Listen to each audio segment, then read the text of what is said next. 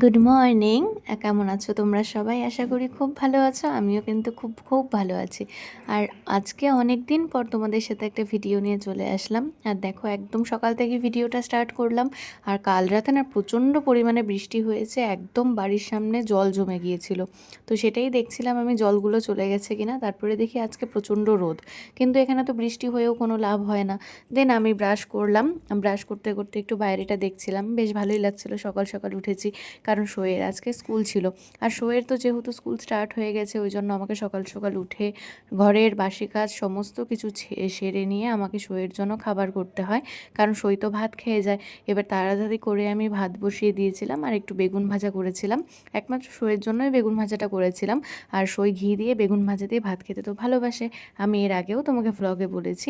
আর দেখো আমি কিন্তু করছিলাম গোলা রুটি, কারণ শোয়ের ডিমান্ড ছিল আজকে ও টিফিন নিয়ে যাবে গোলা রুটি। আর গোলা রুটিটা খেতে শোয় খুব ভালোবাসে, যার জন্য আমি ওকে টিফিনে গোলা রুটিটা দিয়েছিলাম। আর তার মধ্যেও কিছুটা ছিল গোলা রুটি, যেটা আমরা খেয়েছিলাম। আর আজকে যেহেতু আমার হাজব্যান্ডের অফিস ভিজিট কিছুই নেই, আজকে ওয়ার্ক ফ্রম হোম, তাই আমার হাজব্যান্ডই যাবে সইকে রাখতে, আর সইকে নিয়েও আসবে আমার হাজব্যান্ড। অন্যান্য দিন সইকে রাখতে যায় ওর বাবা, আর নিয়ে আসি আমি। আর এই যে দেখছো ফুলটা, এই ফুলটা কিন্তু আমার হাজব্যান্ড আমাকে কাল এনে দিয়েছিল, কারণ আমার যেহেতু ফেসবুকে 1K ফলোয়ার্স হয়ে গেছে, যেটার জন্য আমাকে এই ফুলটাও গিফট করেছিল। আর সত্যি কথা বলতে 1K ফলোয়ার্সটা, এটা আমার কাছে একটা স্বপ্ন ছিল বলতে পারো। জানি এটা হয়তো স্বাভাবিক, সবারই হয় অনেক অনেক ফলোয়ার্স, কিন্তু আমার কাছে 1Kটা অনেকটাই স্বপ্ন বলতে পারো। তারপরে আমি শোয়েকে কিন্তু রেডি করাচ্ছিলাম, আর শোয়ের তো ভাত খাওয়া কমপ্লিট। আর দেখেছিল হয়তো শোয়ে কিন্তু একটা চশমা পরে বসেছিল, কারণ কি এই চশমাটা ওর বাবা ওকে কালকে এনে দিয়েছে, ওই জন্য সবসময় এই চশমাটা পরে আছে।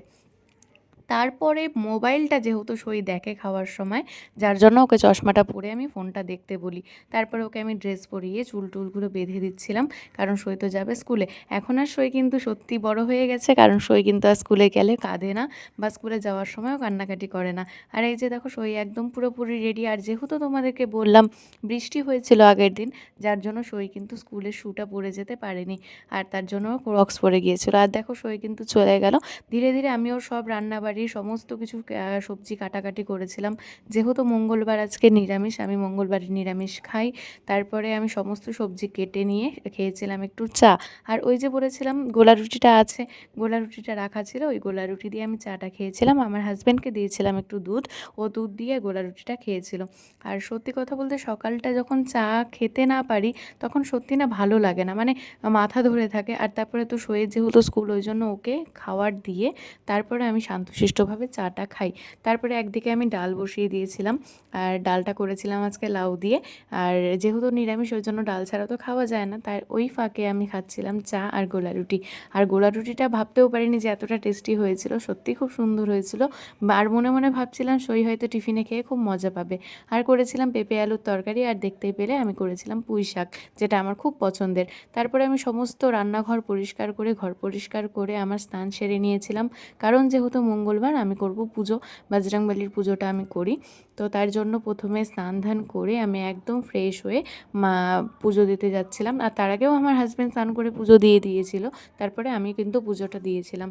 আর দেখো পুজো দেওয়ার আগে স্নান সেরে আমার বেলকুনিতে আমি একটা ছোট্ট তুলসীর টব লাগিয়েছি, এটাতে আমি প্রত্যেক দিন জল ফুল দিই, ধূপবাতি দিই। আর দেখে বলো তো কেমন হয়েছে, এই জায়গাটা একদম পারফেক্ট। তারপরে আমি ধীরে ধীরে একটার পর একটা পুজোর সব জোগাড় করতে থাকি, বজরংবলীকে লাড্ডু দেই, আর হচ্ছে ফুল, বেলপাতা, তুলসী পাতা সব কিছু দিয়ে আমি পুজো করি, বজরংবলীকে টিপ পরাই। মঙ্গলবারটা না আগে আমি মানতাম না, তারপরে বেশ কয়েক মাস হয়ে গেল মঙ্গলবারটা আমরা নিরামিষ খাই, আমরা মানি মঙ্গলবারটা। যেহেতু আমার হাজব্যান্ডও বলেছিল মঙ্গলবারটা মানতে, তাই জন্য আমাদের মানা হয়েই যায়। আর শোয়েও কিন্তু মঙ্গলবারে নিরামিষই খায়, ওর কোনো প্রবলেম হয় না। আর যাই হোক, তারপরে কিন্তু শোয়ে স্কুল থেকে আসার টাইম হয়ে গিয়েছিলো, আমার হাজব্যান্ড নিতে গিয়েছিল ওকে। আমি স্নান করে বসে একটু টাইমটা স্পেন্ড করছিলাম, কয়েকটা ভিডিও বানাচ্ছিলাম। আর এই যে দেখো শোয়ে কিন্তু চলে এসছে, আবার সেই চশমা পরে চলে এসছে। তারপরে শোয়ে স্নান করলো, খাওয়া দাওয়া সারলাম। আজকের ভ্লগটা এটুকু। সবাই খুব ভালো থেকো, সুস্থ থাকো। কেমন লাগলো ভ্লগটা অবশ্যই কিন্তু আমাকে কমেন্ট করে জানিও। নেক্সট ভ্লগে আবার তোমাদের সাথে দেখা হবে। সবাই